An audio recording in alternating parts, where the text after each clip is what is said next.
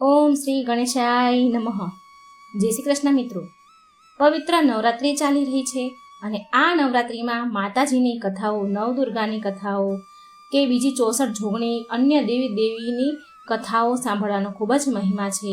તો આ જો કથા આપણે સાંભળીએ છીએ તો મિત્રો આપણા પાપ બળીને નષ્ટ થાય છે, પુણ્ય ફળ મળે છે અને આ જીવનનો ઉદ્ધાર થાય છે, આપણા વિકાર દૂર થાય છે, સુખ સમૃદ્ધિ ધન ધાન્ય સંપત્તિ સારું આરોગ્ય માં પ્રદાન કરે છે, એના ભક્તોનું સદાયમાં રક્ષણ કરે છે અને આપણે સર્વ કામના પૂરી કરે અને પછી અંતે મોક્ષ પ્રાપ્ત કરે છે. આ કથન મિત્રો મારું નથી, દેવી ભાગવત પુરાણમાં આનું વર્ણન છે કે દેવીની કથાઓ સાંભળવાથી બધું જ મળે છે. તો પૂરા ધ્યાનથી મનથી આ કથા સાંભળજો. આજે હું મનસા દેવીની જે શિવજીની માનસ પુત્રી છે એની વાર્તા કહેવા જઈ રહી છું. ખૂબ જ સરસ વાર્તા છે, તો પૂરા ધ્યાનથી પૂરા મનથી સાંભળજો. જય શિવ શક્તિ, જય મનસા દેવી. ભગવાન શિવની માનસ પુત્રી હોવા છતાં પણ મનસા દેવીની પૂજા શિવ પરિવાર સાથે થતી ન હતી.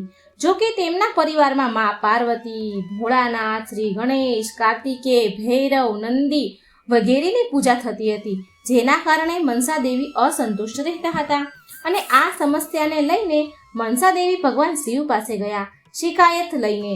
અને શિકાયત સાંભળી શિવજી બોલ્યા, હે પુત્રી મનસા, પૃથ્વી પર ચંપાપુરીમાં એક સોદાગર ચંદ્રઘર મારો વિખ્યાત અને કટ્ટર ભક્ત છે.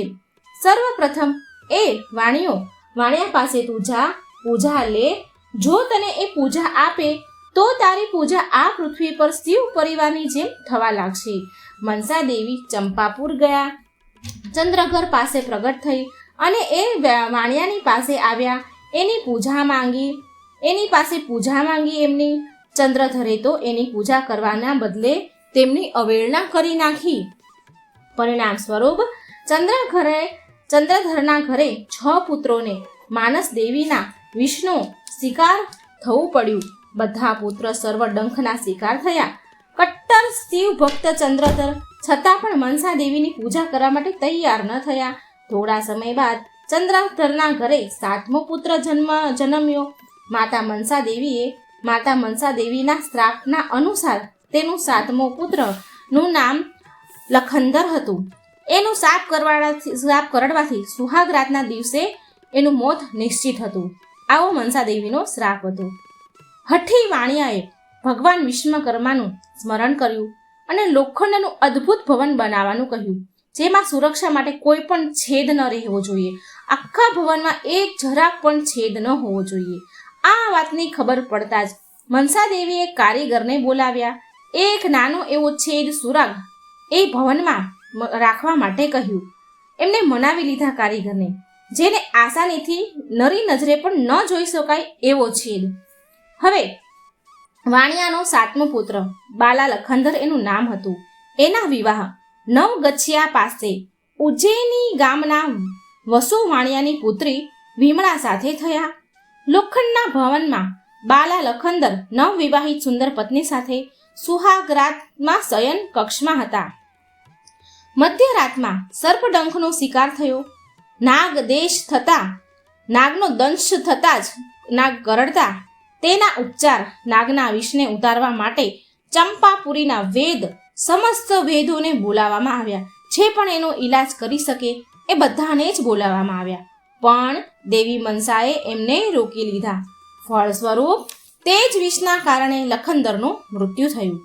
મૃત્યુ પછી સતી સાધ્વી વિમળા પતિને ફરી જીવતો કરવા માટે સંકલ્પબદ્ધ થઈ વિશ્વકર્માનું આહ્વાન કર્યું અને વિશાળ નાવ પર 1 મંજિલવાળી કેળાના પાનની એક હોડી બનાવડાવી, એટલે કે 1 માળવાળી કેળાની હોડી બનાવડાવી, કેળાના પાનની, અને માળાથી વિવિધ ચિત્રોથી સજાવી, ફૂલો માળાથી વિવિધ ચિત્રોથી સજાવી એ કેળાની હોડીમાં વિમળા એના પતિના સાથે પાર્થિવ શરીર લઈને ચંપાપુરીથી સ્વર્ગ જવા માટે જળમાર્ગથી જાય છે.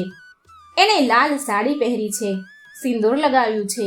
નદીના કિનારે એ સબને બહુ દૂર લઈ ગઈ અને એના પતિને ફરી જીવતો કરવા માટે અડી જ રહી હતી. એક જ એણે ઠાણી લીધી હતી બહુ દિવસો સુધી તેણે કંઈ જ ખાધું પીધું નહીં, જેનાથી તેનું શરીર સુકાઈ ગયું હતું. હવે લખનદરના શરીરમાંથી દુર્ગંધ આવવા લાગી હતી.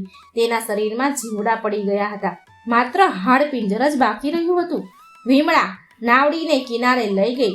કિનારે તેણે એક ધોબણના મુખ ઉપર તેજ જોયું તો વિમળાના કઠોર તપને જોઈને મનસા દેવીએ જ એ ધોબણને ત્યાં મોકલી હતી. એ ધોબણે વિમળાને કહ્યું કે હે પુત્રી, તું મારી સાથે દેવલોક ચાલ અને તારી ભક્તિથી મહાદેવ અને અન્ય દેવતાઓને પ્રસન્ન કરજે, તો ફરી તારા પતિ જીવતા થશે. વિમળાએ એની સલાહ માની અને એની સાથે ચાલી. પતિનું સ્મરણ કરતી કરતી એ સ્વર્ગના રાસ્તે નીકળી. રસ્તામાં બહુ કઠણાઈઓ દુઃખ ભોગવવા પડ્યા. વિમળા એના પતિના શરીરને લઈને નીકળી પડી. વિમળાએ અતિ ભયંકર વૈતરણી નદીને પણ પાર કરવાની હતી, જે યમલોકમાં હતી.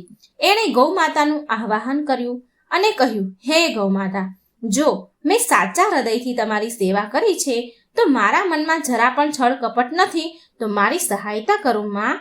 આ સાંભળી ગૌમાતા તરત જ ત્યાં પ્રગટ થયા અને વિમળાને એની પૂંછડીના સહારે વૈતરણી નદી પાર કરાવી દીધી. આ પ્રકારે સતી સાવિત્રી વિમળા તેના પતિને લઈને વૈતરણી નદીને પાર કરે છે. યમલોક ગઈ અને યમરાજાના પ્રશ્નના જવાબ આપતા તેમને પ્રસન્ન કરે છે. પછી વિમળા ઇન્દ્રાસન પહોંચી, જે ઇન્દ્રદેવનું રાજ છે. વિમળાએ તેમના તેજ અને અપાર ભક્તિથી ઇન્દ્રદેવને પણ પ્રસન્ન કર્યા. ભગવાન ઇન્દ્ર સહિત બધા દેવતાઓએ તેને મનોવાંછિત વર માંગવા કહ્યું. વિમળાએ તેના પતિનું જીવન દાન માંગ્યું. આ પ્રકારે બધા દેવતાઓએ મળીને માતા મનસા દેવીને અનુગ્રહથી તેના પતિને જીવતો કર્યો. ત્યારે વિમળાએ અંતમાં દેવતાને કહ્યું કે એમને એના 6 જે જ્યેષ્ઠનું જે મરણ પામ્યા હતા, જે એના સસરાના જ્યેષ્ઠ મોટા પુત્રો, જે 6 પહેલા મનસા દેવીએ એના વિષના ઝેરથી માર્યા હતા, તો એ જ્યેષ્ઠ પુત્રનું પણ જીવન દાન મને જોઈએ છે. ભગવાન ઇન્દ્રએ એની માંગ સ્વીકાર કરી લીધી. પછી શું થાય? 7 ભાઈઓ સાથે વિમળા ચંપાપુરી એના સાસરે પાછી આવી અને વિમળાનું ભવ્ય સ્વાગત કર્યું. માતા મનસા દેવી પ્રગટ થયા અને વિમળા સાથે ફરી એની પૂજાનો પ્રસ્તાવ મૂક્યો.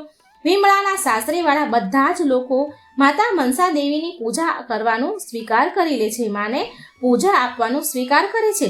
પણ ચંદ્રધર તેની જગ્યાએ અડગ જ રહ્યો. તેની ઘોષણા હતી કે તેનો ડાબો હાથ શિવ પૂજામાં જ અર્પિત છે, માટે હું પૂજા નમન માત્ર ભગવાન શિવનું જ કરીશ. ઘરના બધા જ લોકોએ મળીને વાણિયાને ચંદ્રધરને બહુ સમજાવે છે. દેવી માં મનસાની પૂજા કરવા માટે મનાવી લે છે અને ચંદ્રધરે હાથો પાડી દીધી, પણ તેના જમણા હાથથી ફૂલ અને નૈવેદ્ય અર્પિત કરે છે. પૂજા માટે ભવ્ય મનસા દેવીના મંદિરનું નિર્માણ કરવામાં આવ્યું. કહેવાય છે કે ત્યાર પછીથી જ મનસા દેવીની પૂજા શિવજીની માનસ પુત્રીના રૂપમાં થવા લાગી. એ વખતે મનસા દેવીએ વિમળાને આશીર્વાદ આપ્યા કે દુનિયામાં સતી સ્ત્રીઓમાં તેનું નામ સુરક્ષિત શ્રેષ્ઠ રહેશે અને ઉચ્ચ સ્થાન પર રહેશે. અને મનસાની પૂજા સાથે વિમળાની પણ પૂજા કરવામાં આવશે. તો પ્રેમથી બોલો માતા મનસા દેવીની જય. હે મનસા દેવી, જે રીતે તમે સતી વિમળાના પતિનું જીવન સુરક્ષિત રાખ્યું, તેને જીવન દાન આપ્યું, તેમ તમારા ભક્તો બધી સૌભાગ્યવતી સ્ત્રીના સુહાગને અમર રાખજો. જય માતા મનસા દેવી, જય મા દુર્ગા. ઓમ નમઃ શિવાય.